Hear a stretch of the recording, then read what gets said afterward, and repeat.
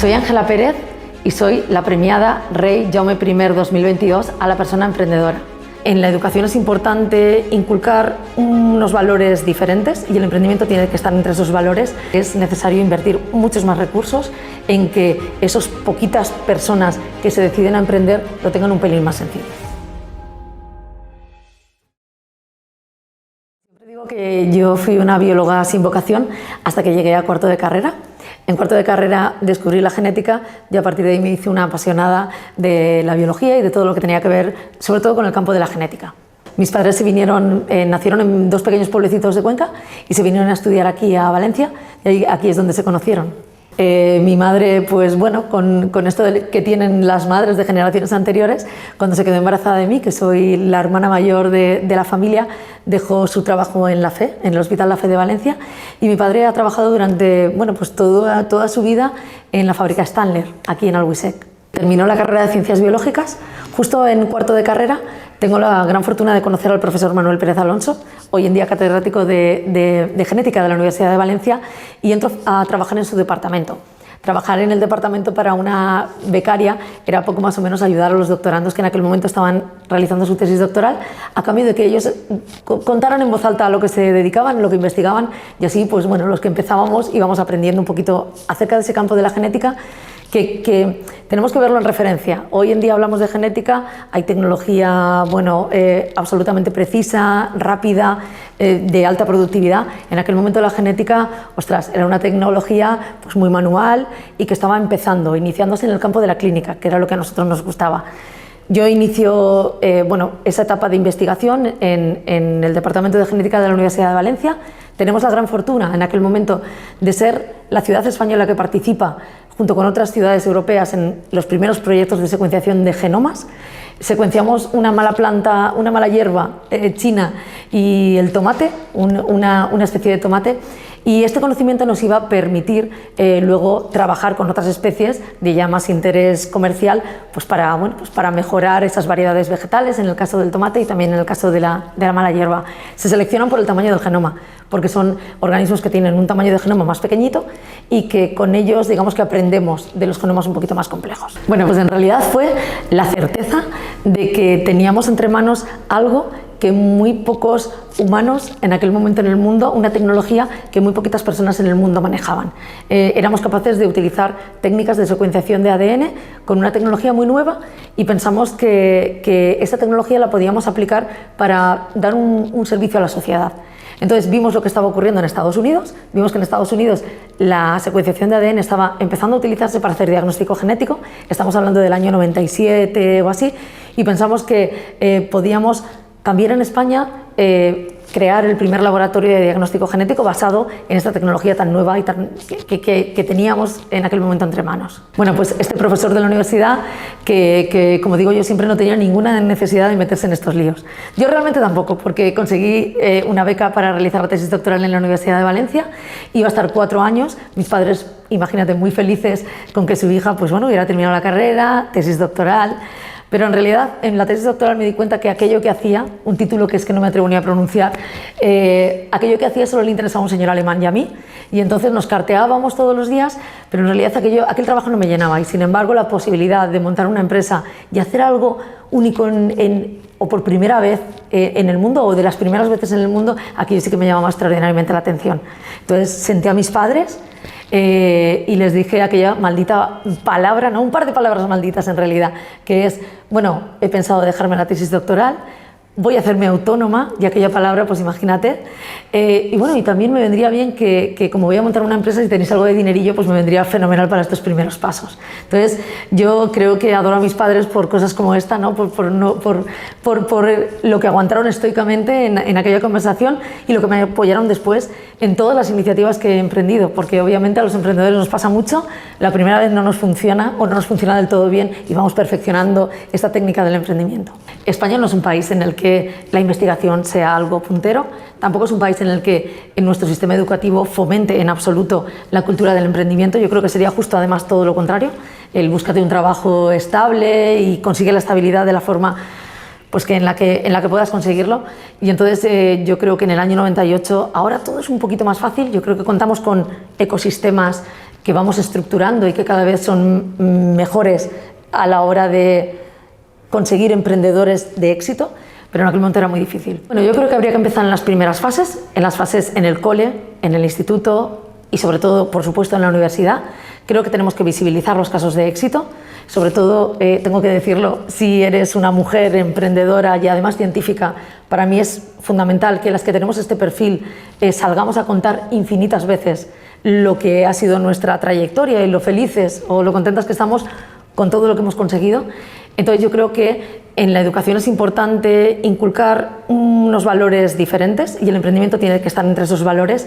Y luego yo creo que efectivamente en nuestro sistema, nuestra clase política debería entender que es necesario invertir muchos más recursos en que esas poquitas personas que se deciden a emprender lo tengan un pelín más sencillo. Para mí es absolutamente sorprendente que una ciudad como Valencia, que lo tiene todo, yo creo que lo tiene todo, tenga unas dificultades políticas que hagan que, teniendo espacios tan singulares como como el BioHub, donde ahora mismo estamos, una ex base de la Copa América que hemos construido y reformado para que sea una vertical en biotecnología y que pretende concentrar empresas y proyectos de biotecnología, nosotros no podemos entender que nuestros políticos no sepan entender que esto es algo imprescindible para la ciudad y nos apoyen en la ardua tarea de reconvertir una construcción efímera que se construyó con unos fines completamente diferentes, reconvertirlo en un polo de desarrollo.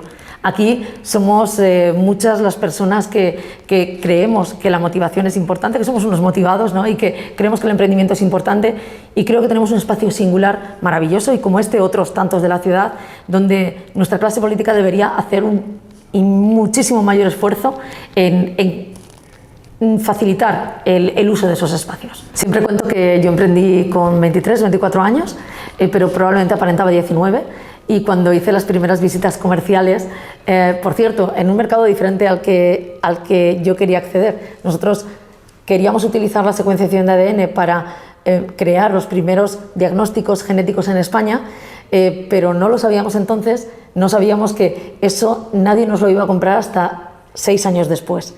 Entonces nosotros tuvimos que volver a nuestro laboratorio, tirar el plan de negocio que habíamos construido a la basura, pedir pizza y esperar o invertir 48 horas confeccionando un nuevo plan de negocio. De ahí surgió una empresa diferente a la que teníamos concebida inicialmente y que tenía que ver con utilizar técnicas de ADN y técnicas de secuenciación de ADN, pero al campo agroalimentario.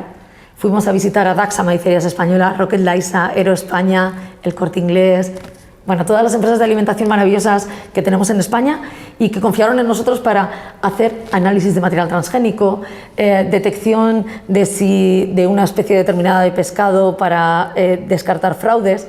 Imagínate, queríamos ofrecer diagnóstico genético a médicos y nos encontramos durante 6 años que el único mercado que teníamos accesible que aceptaba esa tecnología era una demanda que en ese momento le ofrecían, se podían utilizar en otros países de Europa, pero que empezaron a confiar en nosotros. España es el único país de la Unión Europea que no tiene especialidad en genética, entonces los médicos no conocen demasiado la genética, por no decirte muy poco, la sociedad tampoco, entonces es un mercado realmente pequeño. Todos conocemos y sabemos mentalmente como sociedad que la genética es una disciplina que poco a poco va a ir formando parte de nuestras vidas, cada vez con un mayor peso, pero es verdad que todavía nos falta, y nuevamente apelo a los políticos, todavía nos falta determinar que la especialidad en genética es necesaria. Pues mira, ocurrió algo en el mundo que tiene el nombre de Angelina Jolie. Esta famosa actriz nos dio a conocer en todo el mundo que ella tenía una mutación en el gen BRCA2 que le hacía tener una susceptibilidad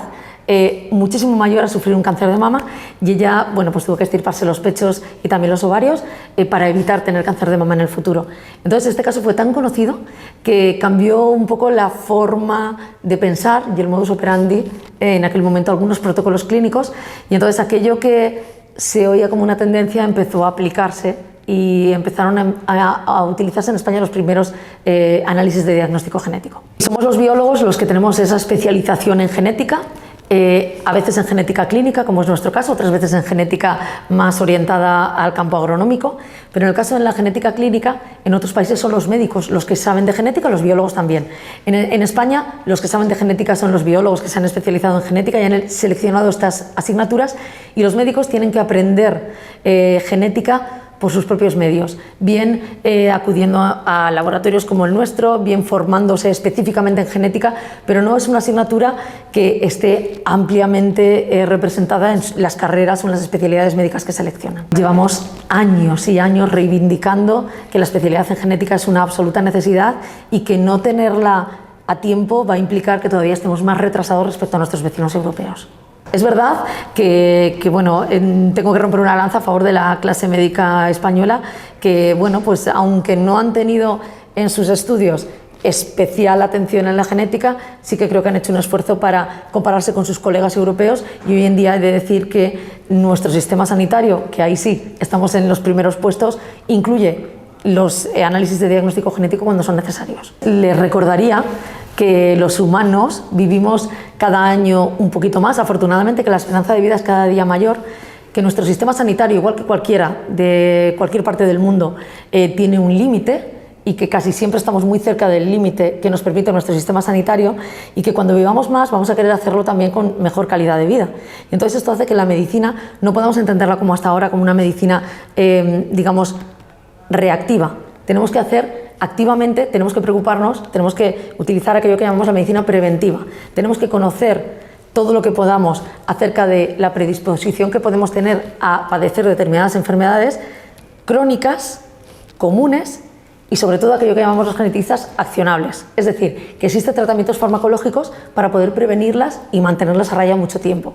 Accionar o actuar de forma preventiva sobre nuestra salud nos permite saber si vamos a tener un riesgo cardiovascular, un riesgo a tener un colesterol muy alto o un riesgo a padecer un cáncer hereditario. ¿Esto qué va a hacer? Que acudamos al médico y al hospital cada vez más tarde.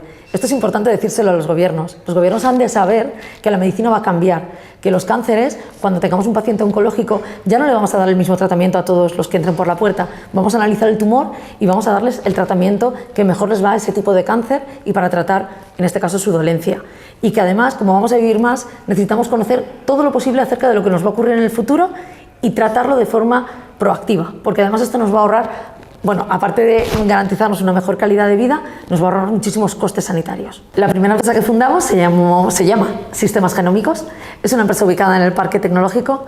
Como hemos comentado, es una de las primeras, una de las primeras biotecnológicas, la primera en diagnóstico genético en España, y bueno, a esa empresa llegamos, como decimos los científicos, sabiendo de lo nuestro. No sabíamos nada del campo de la empresa y nos lanzamos pues como unos locos inconscientes, ¿no? Pensando que solo con esa motivación, con ese optimismo y sabiendo lo que sabíamos de ciencia, pues la empresa pues casi iba a ir sola, ¿no?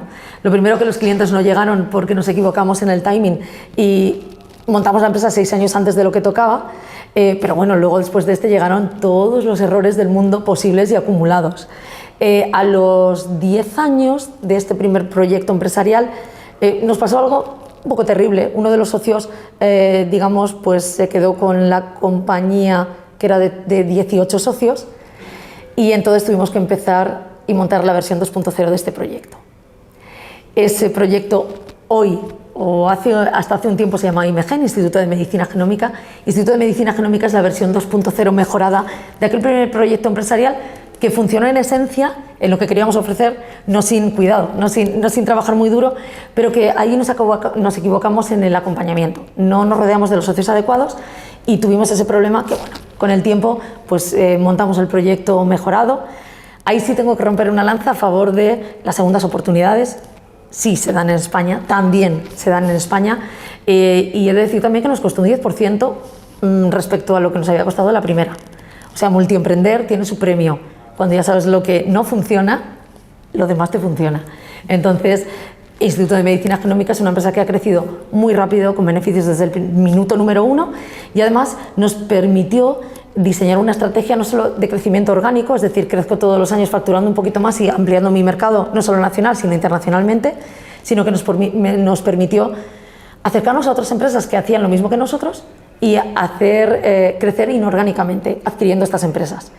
Empresas como de diagnóstico genético en el mundo pues existirán como unas 3.000, es un número muy pequeño, nuestra actividad es muy específica y el mercado es muy global, con lo cual ser una empresa pequeña no te beneficia.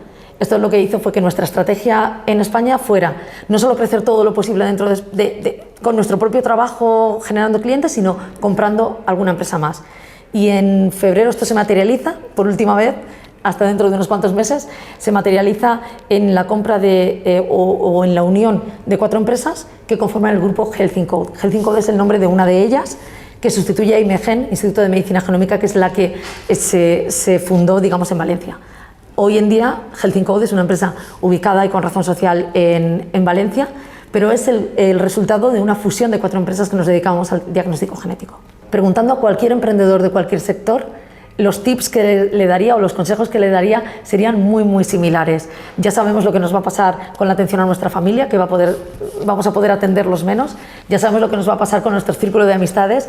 Ya sabemos la capacidad de resiliencia, el esfuerzo infrahumano, esa capacidad también que se desarrolla, ¿no? de ser un espabilado, de buscarte la vida, de coger la mochila e irte a cualquier país y ponerte en la puerta de un cliente hasta que te atienda, ¿no? Todo esto son pues características que un emprendedor debe llevar en su mochila, pero yo por encima de todo eso diría es que esa satisfacción de montar tu propia empresa, de además si tienes suerte de hacer algo por primera vez en el mundo, o por primera vez en España, o por primera vez en tu ciudad, no tiene importancia, pero generar un equipo de trabajo que se ha podido conformar porque tenías esa idea y la has podido desarrollar, es una experiencia maravillosa. Y llega un momento en el que casi puedes decidir qué hacer con tu vida, ¿no? Y esa experiencia también es muy bonita. Haces un poco lo que quieres y no tienes por qué repetir el día anterior, el día siguiente no repites lo del día anterior. Y esa experiencia, a aquellos que nos gusta vivirla, es algo a lo que ya no puedes renunciar. Eres multiemprendedor, cuando dejas un proyecto empiezas otro. El grupo Health in Code, como hemos comentado, es el grupo resultante de la fusión de 4 empresas. Comienza con el primer germen, aquella primera empresa fundada en el 98 en Valencia, y hoy forma un grupo que da trabajo a 215 científicos. Este grupo ya está participado por un fondo de capital riesgo, por un fondo, Alantra es el socio que en este momento acompaña al grupo, y en un futuro se venderá a un fondo de inversión más grande, probablemente internacional, y este momento es el que yo he decidido, en mi experiencia vital, terminar el acompañamiento que tengo dentro de esta compañía y dedicarme a otros proyectos que tengo ya iniciados o que pienso iniciar en un futuro. Y entre ellos está trabajar de forma muy activa en fundar mi propio fondo dedicado a empresas relacionadas con el mundo de la biotecnología. Esto hablaré con socios, por supuesto, de este sector y con grandes conocedores del mundo de la inversión, que no es mi campo. Me acompañaré muy bien en este sentido, pero sí que de verdad me apetece pasarme a ese lado oscuro, ¿no? Al lado de la inversión y abandonar esta empresa en la que llevo trabajando durante 25 años. Cada día ha sido diferente del anterior, pero es verdad que ha sido una etapa muy larga de mi vida que tengo ganas de reorientar. Tengo la capacidad de levantarme todos los días con energías renovadas y de estar al 150%. Tengo una mala memoria y entonces esto hace que tampoco guardo demasiado rencor. Y es más, los aprendizajes, lo que no me ha funcionado, al día siguiente lo inicio con energías renovadas, y entonces esto me permite explorar todos los días un nuevo campo de actividad, un nuevo negocio, un nuevo socio. Y lo abordo con toda naturalidad. Yo imagino que hay otras personas que esto lo ven como un gran reto, como algo que da miedo. En mi caso es que es algo natural. Y como conozco tantos que son como yo, quiero decirle a todo el mundo que pueda estar viendo esta conversación o esta entrevista que es algo que se puede desarrollar, yo creo. Que al principio todos tenemos miedo, pero luego te das cuenta de que es posible y de que además merece la pena. Creo poder decir que es posible conciliar todo. Yo nunca me he hecho eco de por ser mujer lo tengo más fácil o más difícil. Es posible que lo haya tenido más difícil, pero cada vez que me he encontrado ese problema, pues era similar a otros problemas que me he encontrado en el pasado. Lo resolvía igual. Podía tener un problema de género, pero podía tener un problema financiero y podía tener al día siguiente otro problema de líneas de negocio. Era indiferente. Yo era consejera delegada, directora técnica y presidenta del Consejo de Administración, como poco. También barría la puerta y atendía el teléfono, ¿eh? O sea, todas esas tareas se aglutinaban. Pero bueno, pues recuerdo con especial cariño a Daxa Maicerías Españolas, empresa valenciana que fue mi primer cliente en la vida, el primer cliente que he tenido es AXA Maquinarias Españolas. Y bueno, cuando fuimos a firmar el primer contrato con ellos, pues la familia Ciscar me dijo: muy bien, pues habéis pasado el control, nos habéis diagnosticado perfectamente que este maíz que te entregué era positivo para material transgénico, vamos a firmar un contrato, llama a tu jefe y lo firmamos. Entonces, en aquel momento yo podía haber hecho una reivindicación de género, no sé. Primero, que el momento no era el que tocaba, pero yo lo resolví, digamos, hablando con mi socio y profesor de la universidad y diciendo que se hiciera pasar por el jefe. Fuimos, firmamos y adelante con el proyecto. El objetivo, recordemos, era conseguir el cliente y mantener la empresa sobreviviendo, no que Ángela tuviera una satisfacción personal porque se reivindicaba aquello. Yo tuve la gran fortuna en mi vida que mi primer cliente, yo hubiera querido que fuera probablemente el director médico del Hospital La Fe, pero fue de AXA Maquinarias Españolas, lo cual, oye, es un gran honor para una empresa, o fue un gran honor y es un gran honor hoy en día también para una empresa tan pequeñita. En AXA Maquinarias Españolas nos hicieron la prueba de darnos 1 kilo de maíz y preguntarnos si aquello contenía o no material transgénico. Lo llevamos al laboratorio, lo hicimos bien. Y entonces, bueno, con aquello de que yo tenía 23 años pero aparentaba 19 y además era, pues eso, mujer, ocurrió que la familia Ciscar nos dijo: dile a tu jefe que venga, y firmamos el contrato. Yo en aquel momento era la consejera delegada, presidenta del Consejo de Administración, directora técnica y, bueno, y directora general de la compañía, y aún así, pues en aquel momento dije: por supuesto que sí. Hablé con mi socio y profesor de la universidad y fuimos a firmar un contrato, bueno, pues que legalmente no tenía tanta validez, pero en aquel momento pensé que lo importante, el objetivo que se pretendía conseguir con aquella reunión era conseguir aquel cliente y que la relación fuera duradera, que por cierto diría que hoy en día todavía perdura. Y se cumplió este objetivo, y no tanto una reivindicación de género que además en el año 98 no tenía el contexto desafortunadamente que tiene ahora. Bueno, yo creo que en este momento somos muy activas, muy activos. Voy a englobar todo el colectivo. Yo creo que somos absolutamente sensibles y creo que somos bastante activos en la reivindicación de género.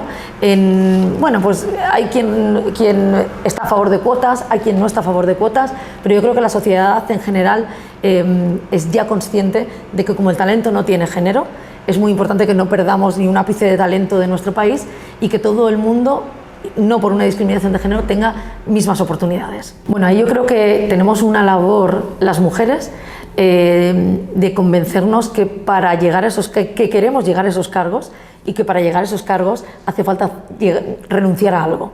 ¿Okay? Lo que no puede ocurrir es que una mujer llegue a un cargo de directora general de una compañía, pero se le ponga un horario especial. Eso va a ser imposible, eso no va a ocurrir nunca. Lo que sí que va a ocurrir es que las mujeres encontrarán una forma de conciliar en el ámbito familiar y también en el ámbito laboral, pero sobre todo en el ámbito familiar, que es donde creo que las mujeres tenemos todavía una batalla que luchar. Yo creo que lo primero que tenemos que ser conscientes es de que queremos ese puesto y lo queremos con la misma ambición que lo quieren nuestras parejas o nuestros maridos o los de género masculino. En ese momento seremos capaces de negociar en casa, familiarmente, y también en la compañía. Y seremos capaces de renunciar un poquito a determinadas características que tendrán mujeres que se dedican pues a otros cargos dentro de la empresa, a cambio de tener cargos de responsabilidad dentro de las empresas. Las personas de una determinada edad, yo creo que las que rondamos entre los 40 y los 50 años, yo creo que culturalmente lo hemos vivido así, lo hemos vivido en casa así, y creo que no hemos cambiado todavía el chip. Y lo que más me preocupa es que yo tengo ahora mismo trabajadoras entre los 20 y los 30 años y estoy absolutamente preocupada por encontrarme que en esa generación ya se ha cambiado el chip. No lo acabo de ver, no lo acabo de ver. Creo que culturalmente todavía seguimos muy influenciadas por nuestras madres y abuelas y dejando camino a nuestros maridos y padres. No puede ser. Tenemos que ser conscientes, las primeras, en esa cadena, de que queremos ese puesto y vamos a luchar por él. Todos los años nos dan algún dato más y nos aportan estadísticas acerca de por qué ocurren cosas, por qué ocurren sesgos tan horribles como que haya tan poco porcentaje de mujeres en carreras STEM. Esto es algo que tenemos que cambiar y tenemos que cambiar de base. En un futuro necesitaremos infinitos ingenieros, infinitos informáticos. Las carreras STEM van a ser las que van a aglutinar, yo creo que un porcentaje enorme de los trabajos del futuro, y ahí es donde tienen que dirigirse también las mujeres, porque si no, no habremos avanzado nada en esto que queremos cerrar, en esta brecha que queremos cerrar, en el que las mujeres accedan a los puestos de trabajo en igualdad de condiciones que los hombres. Yo creo que ahí es donde tenemos ahora mismo el reto, en conseguir que las mujeres tengan el gusto por estudiar ingeniería o matemáticas, tecnología en general o ciencia, y que además, una vez dentro de esas carreras, sean felices con lo que han aprendido y luego quieran optar a puestos de responsabilidad. Tenemos que rescatar a todas las mujeres que han seguido esta trayectoria en momentos seguramente más difíciles y pedirles por favor que nos lo cuenten. Que lo cuenten en colegios, que lo cuenten en institutos, que lo cuenten en la universidad y que estén disponibles pues a través de todas las herramientas que tenemos hoy en día para contar a otras mujeres que se puede, y claro que se puede. Para mí lo más importante es que dentro de unos cuantos años alguien dirá: sí, ¿os acordáis aquella chica que se dedicaba a eso del ADN, que ganó el premio de emprendimiento? Para mí eso será lo importante. Si hemos conseguido dejar una huella que implica un perfil y no un nombre, Ángela Pérez no tiene importancia. La importancia es el perfil de una mujer súper luchadora, científica, y que consiguió hacerse o labrar una trayectoria en el campo del emprendimiento y sobre todo ser un ejemplo para otras que en su momento se lo plantearon. Eso es lo importante. Para mí, eso es el valor que tiene más grande el premio que yo he conseguido. Represento yo, pero representa un colectivo que no siempre está bien representado, y que es maravilloso que premios como el que otorga vuestra fundación los hagan cada vez más visibles. Estáis contribuyendo realmente a esto que la sociedad necesita. Me acuerdo perfectamente de esa mañana, porque yo no sabía cuándo se fallaban los premios. Y bueno, recibo una llamada a mi móvil de Javier Quesada, y yo, cuando me dijo Javier Quesada al aparato, digo, pues no sé, puede ser que necesite que le dé un consejo, ¿no?, en el ámbito de la genética, cuando me dijo, además directamente: acabamos de otorgarte el premio Jaume I. Bueno, es que fue impactante. Empecé a temblar, aquello yo no me lo podía creer, y colgué el teléfono e inmediatamente, bueno, hice una lista rápidamente de a quién iba a contarle, en qué orden de prelación iba a contar que me habían dado este premio. Pasé de la incredulidad al nerviosismo, y a partir de ahí a una carrera loca por ver a quién se lo iba a contar más rápido y mejor. Y en primer lugar, pues mis padres, la verdad es que ellos estaban acostumbrados a que me hubieran dado, en mi carrera he recibido algunos premios, por supuesto no un Jaume I, entonces ellos estaban en cierto modo acostumbrados. Cuando han visto la repercusión de este premio, cuando han visto que no era comparable con los que yo había recibido antes, pues se han sentido tremendamente orgullosos. Imaginaos, ¿no?, unos padres, ¿no?, con una hija díscola que les pidió un día ser autónoma y un poquito de dinero para emprender, pues que se llegue hasta aquí, la verdad es que es muy importante para ellos. Voy a tomar el camino desde mi propia empresa, en la que llevo trabajando 25 años, de una forma más directa o indirecta, a ese lado oscuro, ¿no?, que hemos comentado, del lado de la inversión, el lado de ayudar a otros, formarles, mentorizarles, acompañarles, y entre esos acompañamientos está el acompañamiento financiero. Entonces voy a tener el gran honor y la gran suerte de trabajar en mi propio fondo de inversión, donde intentaré que muchos proyectos en fase muy inicial, que a lo mejor tienen dificultades para iniciar bueno, pues esas líneas de negocio, podamos albergarlos y podamos participar en ellos para ayudarles. O sea que me va a venir fenomenal este premio para iniciar, ¿no?, estos primeros pasos. Mi marido es un emprendedor igual que yo, en mi casa es una casa de locos emprendedores. Imaginaos el caos de organización que tenemos. La conciliación familiar está, vamos, absolutamente estandarizada en mi casa. Y bueno, tengo 3 niños a los que efectivamente tengo absolutamente condicionados para que sean ingenieros, todos ellos, o en el campo STEM sin duda. Y bueno, desde muy pequeñitos los he tenido absolutamente marcados e intentando que tomen esa trayectoria profesional. Todo el mundo me dice que probablemente salgan actores, escultores y tomen una deriva profesional diferente por la insistencia de su madre, pero yo no pierdo oportunidad para recordarles pues lo que se consigue, con muchísimo esfuerzo, eso sí, pero con una buena formación y sobre todo en un campo en el que creo que va a marcar nuestro futuro.